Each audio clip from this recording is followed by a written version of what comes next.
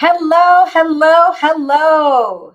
It may be morning, good afternoon, or good evening to some of you who are attending our live stream LinkedIn event.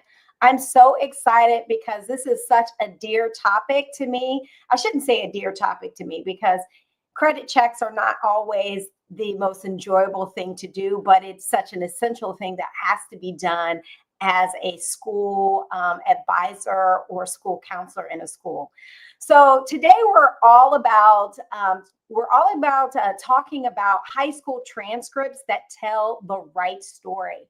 And I put in here making credit checks work for post-secondary and workforce readiness. Everyone is talking about how do we make this connection between high school workforce and higher education or post-secondary education.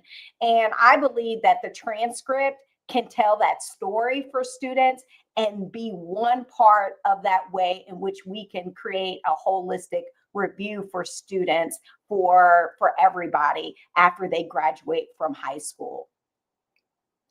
So just to introduce and give a little bit of background about me, I am Jennifer Dunn. I'm the founder and chief executive officer of Beautiful Learning for Life.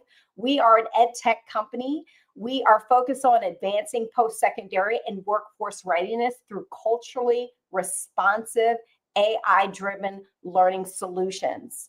Of course, my background, many years ago, I started out as an educator, specifically school counselor, and then I moved my way up to national trainer of school counselor. And I essentially now help schools through my company design systems for things like credit checks to help schools to support students in getting knowledge and skills around post-secondary credentialing and workforce readiness. We also support educators, district level folks, charter school networks, executive directors, leadership to help be able to support students' growth as they matriculate throughout the secondary system. So today I really just want to talk a little bit, and we're going to focus, and hopefully by the end of this session, you'll be able to tell a story a little bit more around your students and what you need to do to support them as you're working through their transcripts. Transcripts are an official document. It does provide just one big thing. Hey, credentialing or some type of diploma, whether a student has graduated from a program and they've met certain requirements. But there's also a story that the transcript can tell for a high school student. And it's the perfect way to help transition your students into being very successful in the world of work, in the world of post-secondary education. So we're going to really focus on three things. If you look at the bottom there, you'll see that we're going to explain the purpose and power of the high school transcript as a tool. We're going to conduct and analyze credit checks that align students' progress through graduation, college prep, and career pathway goals. And we're also going to look at discussing and reimagining the high school transcript. Now things are changing. Education is changing rapidly. We have a lot of things around artificial intelligence, Gen AI. What do students need to have as far as durable skills when they graduate from high school, when they graduate from some type of post-secondary education? And we really need to talk about, do we need to reimagine the high school transcript and what that means as far as competencies, career pathways, and student growth beyond the traditional grades that are usually shown on the transcript. So why does a transcript really matter? Why is this so important? So first of all, transcripts, I believe, is one of the most powerful post-secondary readiness tools for a student. Of course, there's many other things that students have upon graduation, but it is the official document that says that they have met the requirements for the state and they have completed a program, a high school program.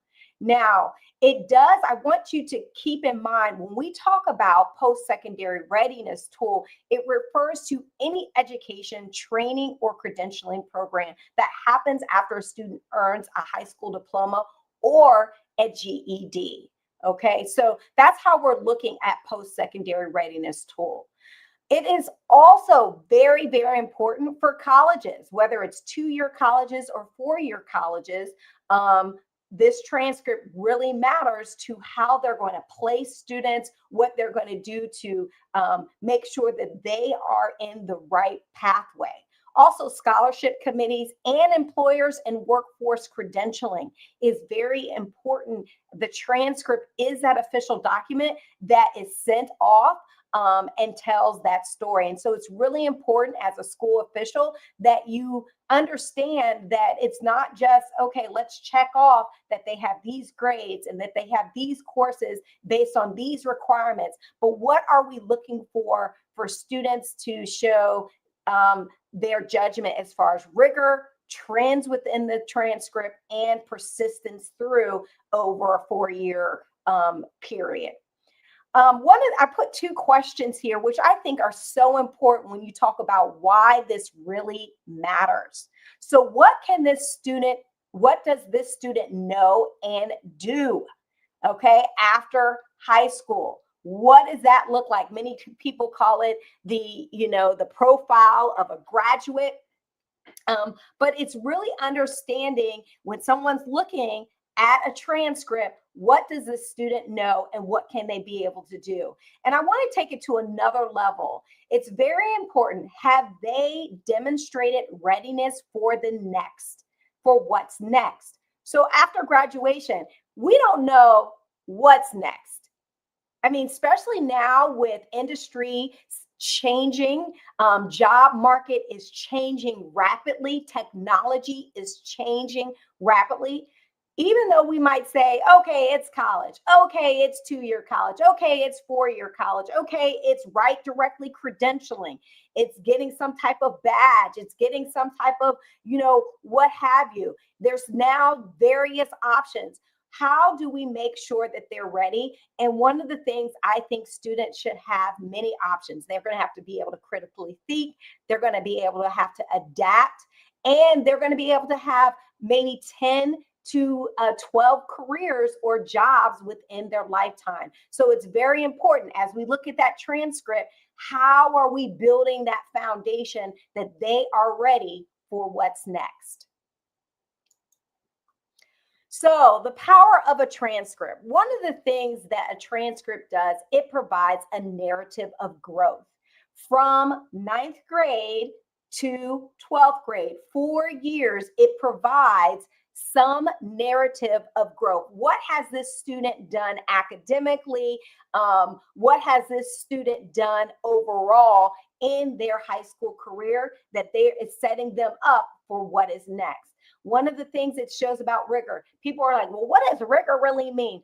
In a course transcript, that means the types of courses that a student has taken within that transcript. What is it challenging courses? Have the student challenged themselves over time within the transcript? It be honors courses, or it might be that a student has decided to take a various pathway, a technical pathway as far as rigor. It might be information systems, cybersecurity. What type of rigor is explained as far as the narrative growth within the transcript?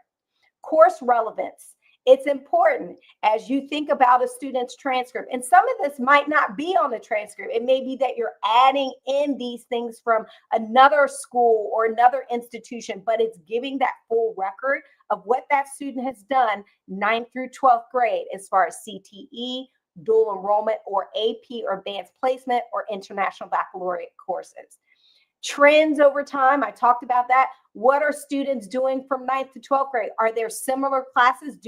Are there interests or strengths within that transcript? Do you see that maybe the student didn't do well for 2 years, but did well in another year? What happened during that time period? So when you're looking at and analyzing a transcript, you have to think about, as you are supporting your students or you're doing that credit check, is to be able to know exactly what the narrative is for each of your students.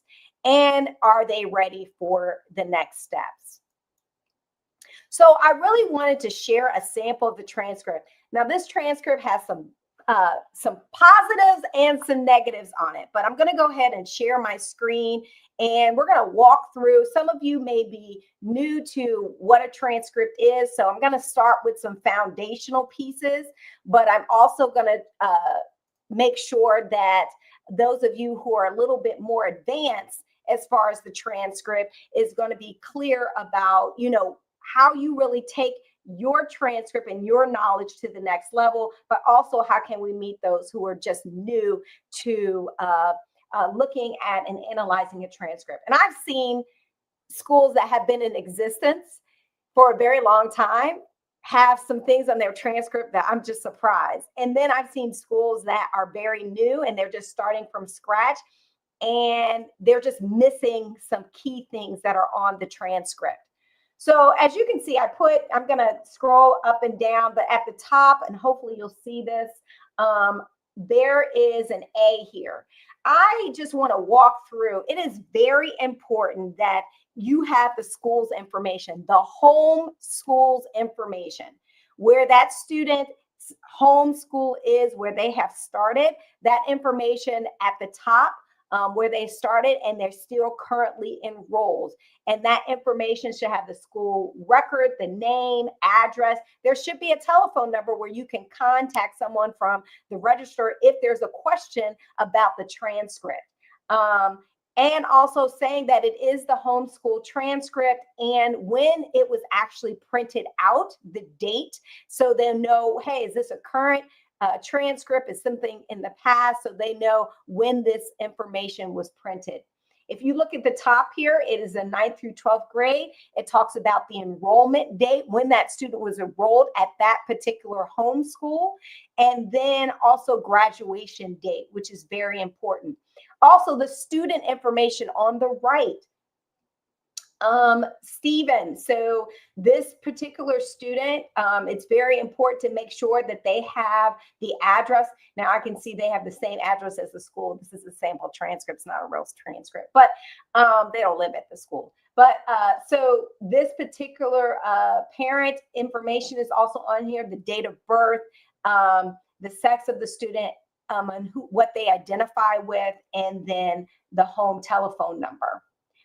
I also, if you look at these squares at the top, I really think this is important. We have the month or year the student had taken the course, okay? Because sometimes transcripts, these are official records that transfer with the student if a student transfers from another state or another high school or another program, a GED program, to be able to show what exactly is on this transcript and what year or month the student has taken a particular course. There's the course title, the final grade, the credits earned, the credits attempt, and the grade level that is on the transcript. And then it also has the total credits on the transcript as well. One of the other things that I recommend that I've seen on transcripts is a course number. Now, I have seen transcripts where, folks don't have a course number. And schools, high schools are in networks, charter school networks. High schools are in local education agencies, or they are in certain districts. It is important that if you're in the same network or you're in the same district or LEA, local education agency, that it is important that you have similar course numbers, and those course numbers and titles should align with your state. It is horrible if you're within a student's transfer them to another high school within your network or district or LEA, and they have a different course number and you don't know what the credit is. It is important that that is on the transcript if you want to list that course number, but at least there should be a course catalog for every professional so they know what's the description of that course, what's the title of that course, how much is that course, what is the earned credit for that particular course within that jurisdiction. And that should always align as you can possibly to the state requirements for graduation. So not going to touch on that. I want to hit that's just a pet peeve of mine. I've seen, just so many various transcripts, and sometimes they're very challenging to really understand. So let's go down to B. This transcript actually has dual enrollment credits. I've been at a P-TECH program. A P-TECH program is an early college program that has a partnership with a higher ed organization, whether 2 or 4 year school, and they're offering college credit either at the campus or the students are going out to that program to take a course, that institution. Now, even though this is on the transcript, it is not necessarily part of the GPA or the official transcript for this high school, right, of the homeschool. So it is still important, if you are a counselor or a parent that's listening, that you get an official transcript or official grades from the institution or certification program. They're taking a cybersecurity program, or they're taking a course, that it is important that they are getting the credit from that institution, okay, and sending it to wherever it needs to go, a job program, an employer, and that they have that separate transcript, even though it may be listed on the transcript, because many times it may not be part of the grade point average, which we'll go over in a few minutes, or the summary of the entire transcript for that home school. So C, as you can see, letter C, students are not ranked. Sometimes you may not see a ranking on the transcript, which is fine, because ranking can be somewhat,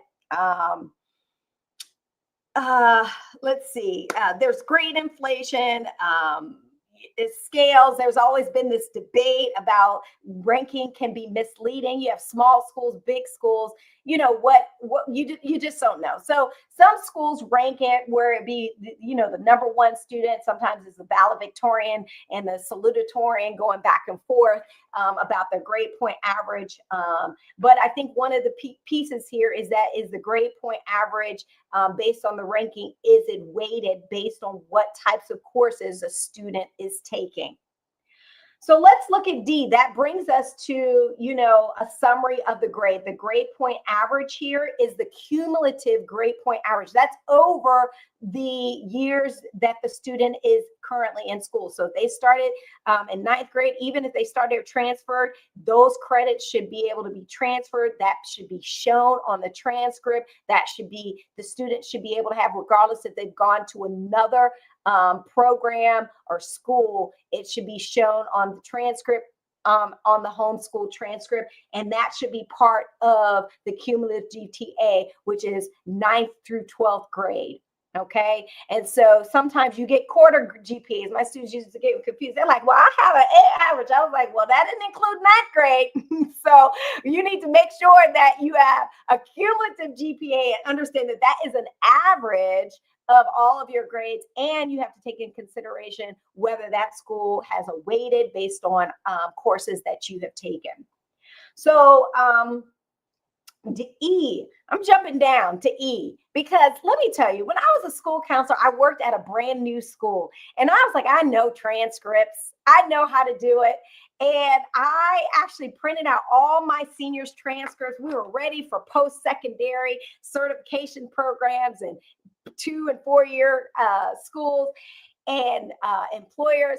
And I thought there was a signature on there, but I had not put the seal on the student's transcript. There was not an actual signature from sometimes the school leader, whether it's the principal or the superintendent of the district, or even It may be the executive director if you're in a charter school network, but it needs to be certified, right? There should be something that says that this student, this is a certified official document, and this is what, whether it's digitally put on there, it needs to say that it's an official document, that somebody didn't just make this up, and that we're sending this out from the institution, and it may be sealed so there is no changes to that. And so I learned very quickly when the institution called me back and said, you know, your transcript's not certified, so it's not showing credit for it. So I made sure, of course, all the transcripts and everything got out appropriately, and we made sure that was all certified.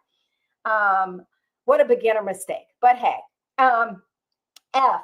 So, you know, this is not correct on the transcript. F, it has the assessment scores. It has PSAT and SAT scores, and sometimes ACT scores, right?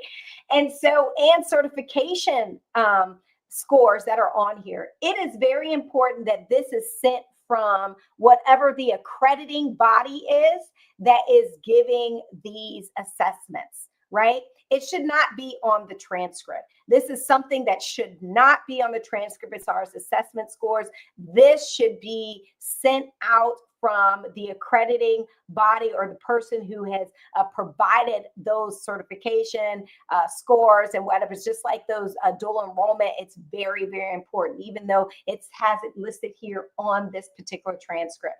I don't have a letter for this, but I just want to honors and activities that they did list what activities, but this could be not necessarily listed on the transcript. It could be in a profile, and we're going to talk about the high school profile in a few minutes. High school summary, H. G. I'm going to grade point average, FG.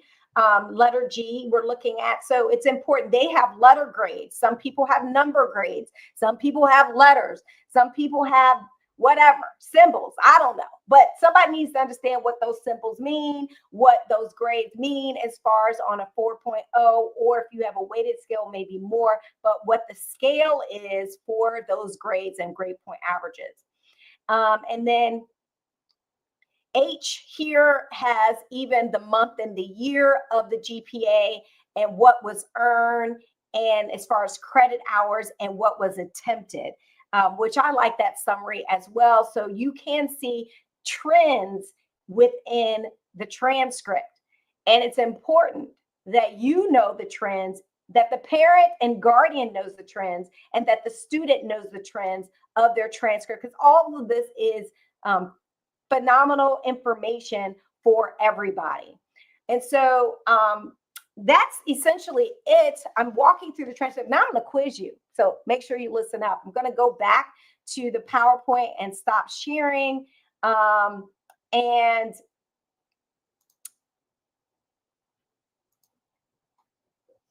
talk about credit checks. So credit checks are usually done by a school professional that is in the school. It could be a school counselor, an advisor. It could be done by a teacher. But there are some best practices around doing a credit check. That's basically making sure that everything is accurate on the transcript. This is the time is when I really look at each individual student. I know their name. I know what their interests are. I know what trends are on the transcript to make sure I am telling that story 9th, 10th, 11th, to 12th, or however the student matriculates through your educational program. You want to make sure that the credits are aligned to graduation. That means the state has requirements for students to graduate, and that it is also for post-secondary readiness. That means post-secondary readiness may be 2-4 year, but it also may be a credential program that your students are going to. You want to make sure what courses that a student is taking, that they are aligned to those various programs. You should review as a best practice for 9th, 10th, and grade every single year, each semester, right? For 12th grade, I think I did more because I wanted to make sure 11th and 12th grade, you don't want to miss anything from your students as they're going through. You want to make sure that their story is told and that they are getting the right information. Graduation requirements are met. If you could check off green college prep courses, check off that could be dual enrollment AP, but also NCAA. So you may have some student athletes that need requirements for assessments and courses that are taking. And then workforce pathways. Now you're getting in pathways where students have to take certain programs such as CTE, career technical education programs, and their pathways. Even in the dual enrollment, now there are pathways. Are the students taking those courses that are needed in addition to the assessment that requires for them to get that credentialing or certification? So it's very important as you are talking about workforce pathway alignment. Tracking patterns such as attendance, GPA, trends, course recovery needs is a awesome important thing when you're doing a credit check is recovery of credit. Okay. Or if you miss the credit, if a student hasn't taken, I would love my students to all be just eager beavers and be able to find and come to me and say, hey, I missed that course or I didn't pass that course. It is unfortunately our job to make sure that the courses are on the transcript. I did put some red flags on the right there in the black box. Hopefully you can see that. So missing core credits, incomplete transfer records. I had students transfer from out of the country. Sometimes their transcripts are really difficult to translate because they may have been in a different language or and they're transferring in from another country or they're transferring from another state or school. But there should be some written document, whether at your district level or at your charter school network or within the leadership. And it may be something at the state level in which that you're getting the right and accurate information for transfers. Course titles that are obscure in academic content.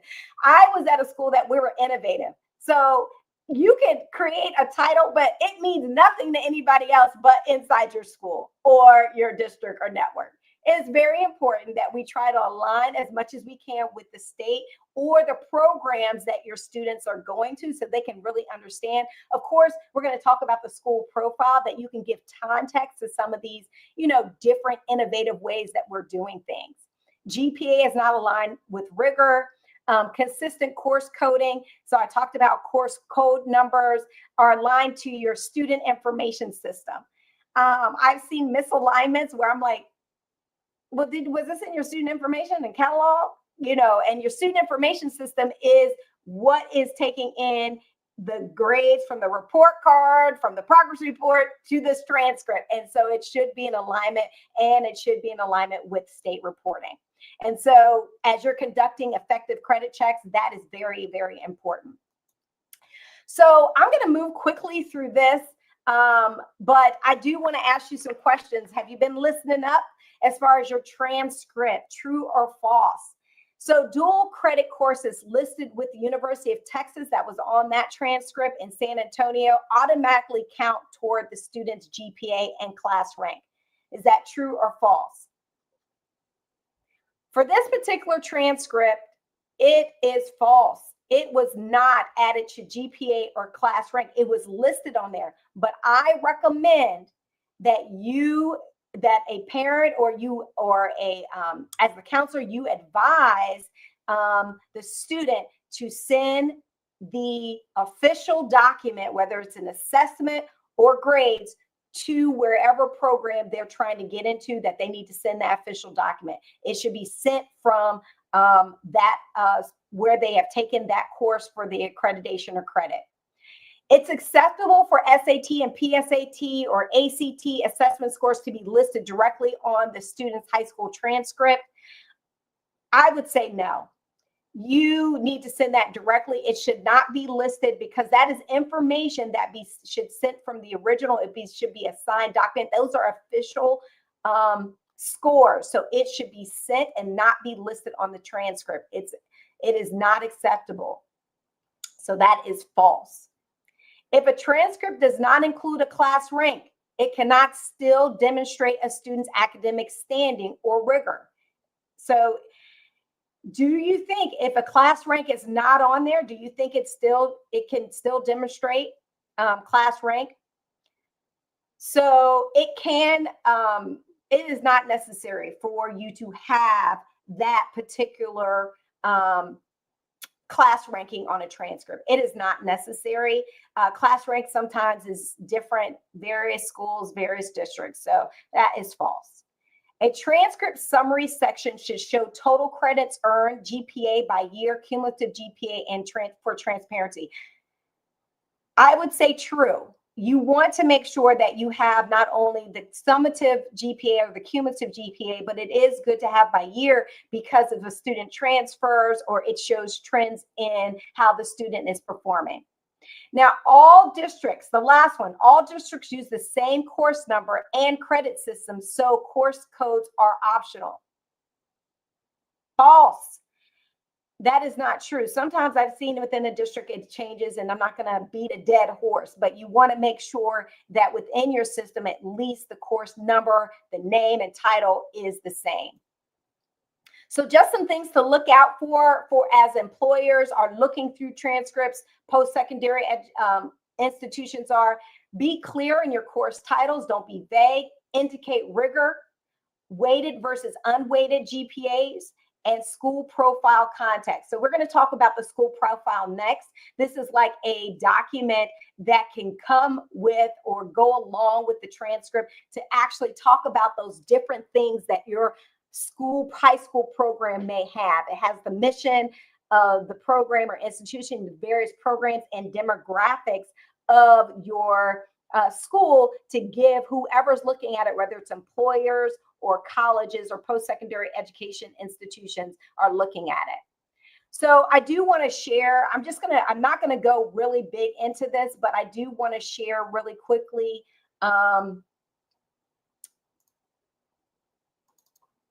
the high school resource that I think is really good. Common App has a resource about how to develop a good high school profile. Now, Common App is the application that many students fill out for post-secondary institution. It's what they can fill out and apply to multiple institutions. And this is such, and I'll actually put this in the comments so you have it.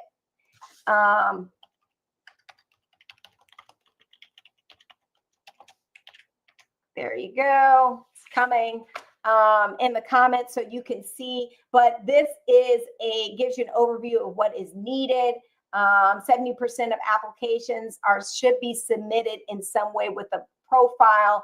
Also, NACAC, the National Association for College Admission Counseling, does have a toolkit on how you can create the profile so you can get it from there. These are the components: academic curriculum, grading system, post-secondary opportunities, and school community are some of the things that are very important in particular that should be on the profile. And then these are a list of things here. So I sent this to you as a resource. So if you want to provide context of your transcripts, you should look at the school profile. So stop sharing here, go back.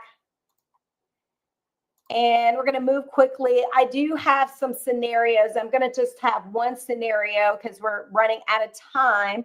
And right now we are seeing differences in what is needed for students.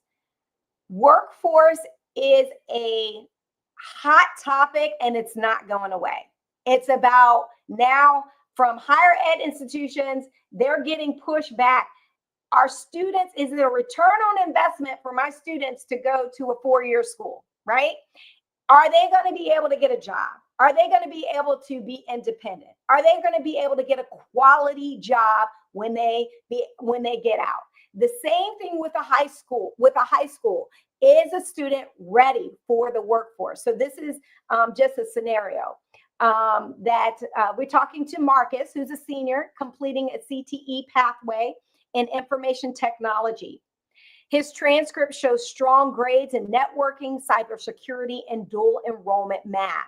With his counselor's guidance, Marcus highlights his certification and work-based learning hours on his transcript summary, helping him secure both graduation credits and an entry-level IT apprenticeship after high school. Now, things to think about. How did Marcus's transcript demonstrate both academic rigor and workforce readiness? So I think it's important to really think about these things when we talk about that question. So it showed a clear pathway toward information technology. You could see that clear pathway in what Marcus was taking. So if a workforce person was looking at that, and so it's very important as you are thinking through your transcript that it shows a clear pathway. There was a demonstration of the graduation requirements met, but also earning skills and certifications relevant to his chosen industry. So signaling both post-secondary like college certification and career readiness for the workforce. The second question, what specific transcript elements helped tell Marcus's full story beyond grades? So some of the CTE courses told that story, industry certifications, and work-based learning hours. Sometimes we had service learning hours. Now we're looking at work-based hours. Are there internships, apprenticeships, things that students are taking, and how are we representing that on the transcript, which hasn't necessarily been used before? So I do want to go into one last thing. I'm going to hit these pretty quickly, and then we're going to close. We have to reimagine the high school transcript for the future. Things are, I read probably daily things about workforce development changing, high-tech careers. What do students need for entry-level positions? What are job quality? And we have to start thinking about, and I know people already are, but what does that really look like? And some of the things that I have found in many of the research around how higher ed, how workforce development, and secondary high schools are looking at this in a holistic view around the transcript. We need to first make learning competency-based, not time-based. So as we know that there's sit time in classes. I was doing a presentation and for someone who's in the workforce, and they say, well, I got to sit through this for 45 minutes to an hour because it is required. But is that something that is needed? I think we have to think about it moves beyond the sit time and letter grades for a student, showing mastery of skills academically, technically, and employable through competency badges and micro-credentialing. For example, instead of just Algebra 2, include master data analysis and problem solving. How is that shown on the transcript to show competencies that a student has learned? 2, include career pathways and workforce readiness indicators as a tip, like capturing the CTE pathways, certification, and internships. Like I said, what are the work-based hours the student is taking? Show learning connections directly between jobs, skills, and what they're learning in the school classroom. Aligning transcript sections to career clusters or labor market needs and trends. 3, integrate durable and essential skills, collaborating, leadership, resilience, teamwork, written communication, as well as verbal communication, and being able to show that just as much as academic rigor, what they're taking in the classroom. How are you providing maybe digital credentials around this? It might be, I know some people have a capstone, some people have a work-based portfolio, an art portfolio, but what are you doing to show those durable and essential skills? Transitioning to a digital portable transcript if you haven't done so already to share with training programs. so it connects seamlessly, and that it can be a verification easily to go into a portal to be able to verify whether a student has completed a certain certification or badge. 5, show the full range of learning experiences, okay, of a student. And I think that's pretty much self-explanatory. Not especially for non-traditional students that may be not coming through the regular traditional system, but how do you show that? I do want to acknowledge a lot of this information was from research, national organizations I have listed. You will get a recording of this after this presentation, but these organizations have some great resources. Job for the Future, Knowledge Works, NACAC, has some great information around the transcript and how we're reimagining it. I do want to thank you for all. I did go over about 15 minutes, but I hope you were able to listen. But if you would like for me to come in to talk to you about the transcript or trends within the workforce and what you should be doing as far as your school, your charter school network, or your district around workforce, and also getting ready for post-secondary education pathways. So please connect with me by info@bunafu.com. Give me a call. Check out our website to see what we're doing as far as innovation and some of the resources.